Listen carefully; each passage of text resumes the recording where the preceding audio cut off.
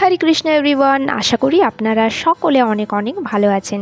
তো মনীষাস ক্রিয়েটিভ ওয়ার্ল্ডের আরও একটা নতুন ভিডিওতে আপনাদের সকলকে জানাই স্বাগত। তো এই ভিডিওটা নতুনও বলতে পারেন, আবার পুরনোও বলতে পারেন।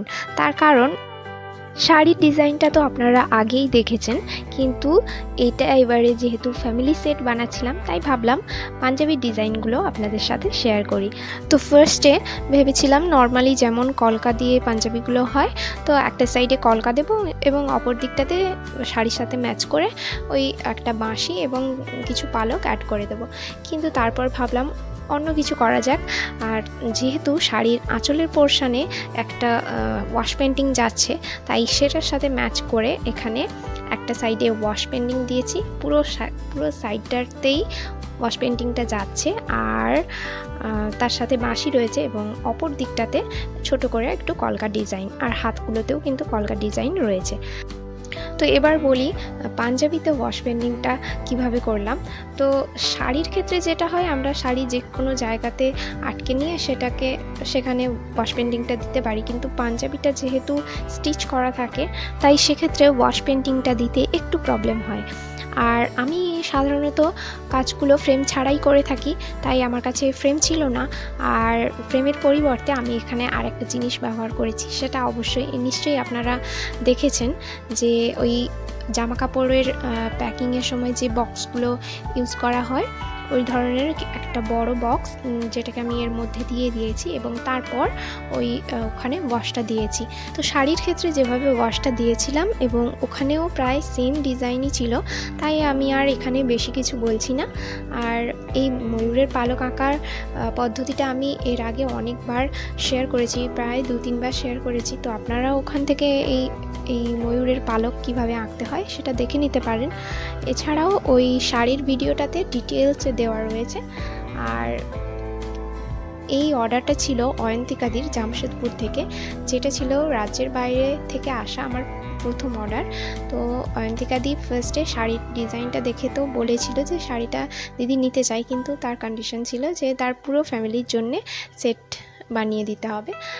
আর এই পুরো কাজটা কমপ্লিট করতে মোটামুটি টাইম নিয়েছিলাম 1 মাসের মতো। তার কারণ এই বাচ্চাদের পাঞ্জাবিটা আমি কোথাও পাচ্ছিলাম না, আর যেহেতু আমি বাচ্চাদের পাঞ্জাবির ওপর সেরকম একটা কাজ করি না, তাই এটা আমার কাছে অ্যাভেলেবেল ছিল না।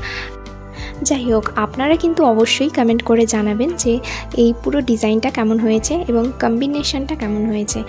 আর ওয়েট করব আপনাদের কমেন্টের জন্য।